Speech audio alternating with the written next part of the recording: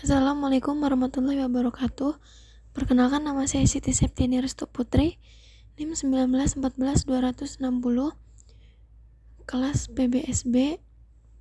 Jadi di sini saya akan menjelaskan materi yang kedua tentang para pihak dalam perjanjian, sifat perjanjian arbitrase, bentuk perjanjian arbitrase, isi perjanjian arbitrase. Para pihak dalam perjanjian arbitrase. Perjanjian arbitrase timbul karena adanya kesepakatan secara tertulis dari para pihak untuk menyerahkan penyelesaian suatu sengketa atau perselisihan perdata kepada lembaga arbitrase atau arbitrase ad hoc. Dalam kesepakatan dapat dimuat pula pilihan hukum yang akan digunakan untuk menyelesaikan sengketa atas perselisihan para pihak. Klausul atau perjanjian arbitrase ini dapat dicantumkan dalam perjanjian pokok atau dalam pendahuluannya, atau dalam suatu perjanjian tersendiri. Setelah timbul sengketa, pilihan penyelesaian sengketa melalui arbitrase harus secara tegas dicantumkan dalam perjanjian dan sebagai salah satu bentuk perjanjian sah. Setidaknya perjanjian arbitrase juga digantungkan pada syarat-syarat sebagaimana ditentukan dalam pasal 13 ayat 20 Kitab Undang-Undang Hukum Perdata.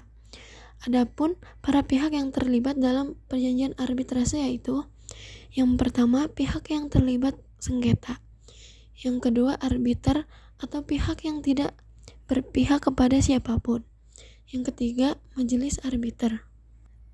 Sifat perjanjian arbitrase.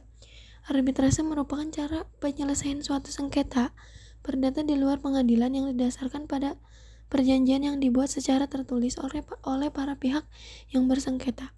Putusan arbitrase bersifat final dan mempunyai kekuatan hukum tetap dan mengikat para pihak sehingga dapat dilaksanakan setelah dilakukan pendaftaran di kepaniteraan pengadilan negeri sesuai ketentuan yang berlaku. Dalam hal para pihak tidak melaksanakan putusan arbitrase secara sukarela, keputusan dilaksanakan berdasarkan perintah ketua pengadilan negeri atas permohonan salah satu pihak yang bersengketa.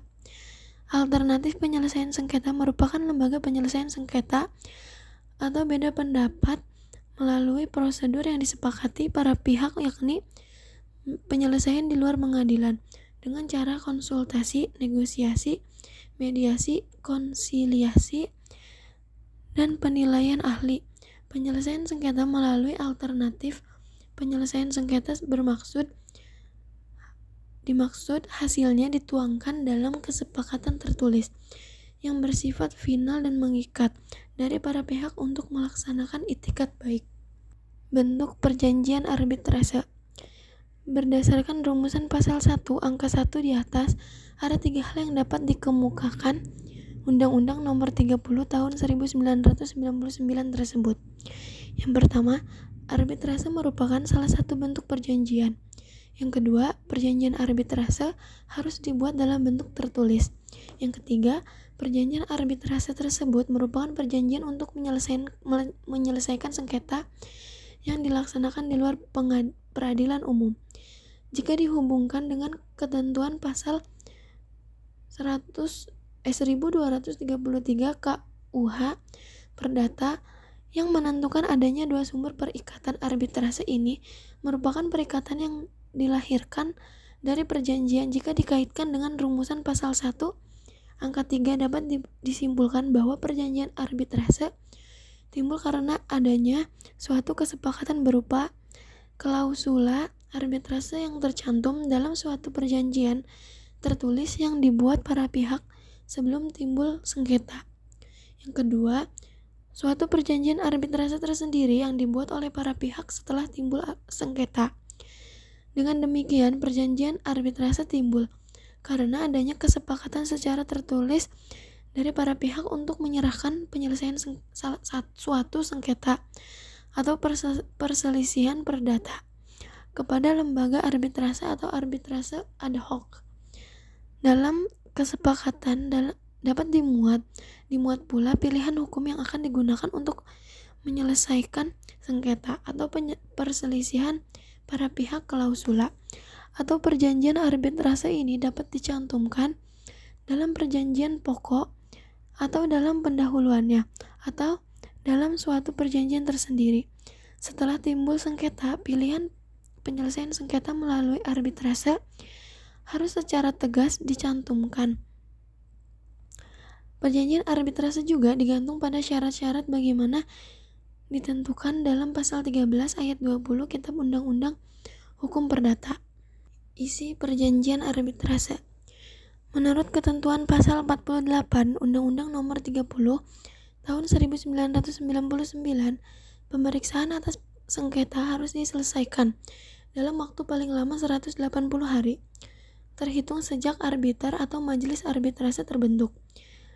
Namun apabila para pihak memberikan persetujuan dan memang diperlukan, dapat diperpanjang sesuai dengan kesepakatan para pihak dan arbiter atau majelis arbitrase. Apabila pemeriksaan sengketa telah selesai, pemeriksaan segera ditutup dan ditetapkan hari sidang untuk pengucapan putusan arbitrase. Putusan arbitrase diucapkan dalam waktu paling lama 30 hari terhitung sejak pemeriksaan dinyatakan selesai dan tutup. Putusan arbitrase harus memuat a. Kepala putusan yang berbunyi demi keadilan berdasarkan ketuhanan yang Maha Esa. B. Nama lengkap dan alamat para pihak. C. Uraian singkat sengketa. D. Pendirian para pihak. E. Nama lengkap dan alamat arbiter.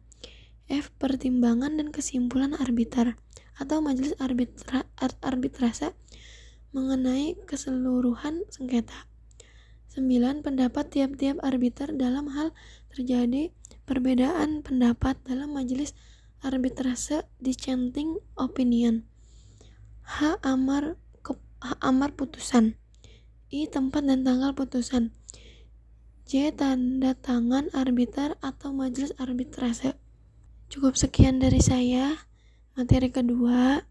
Kurang lebihnya mohon maaf. Assalamualaikum warahmatullahi wabarakatuh.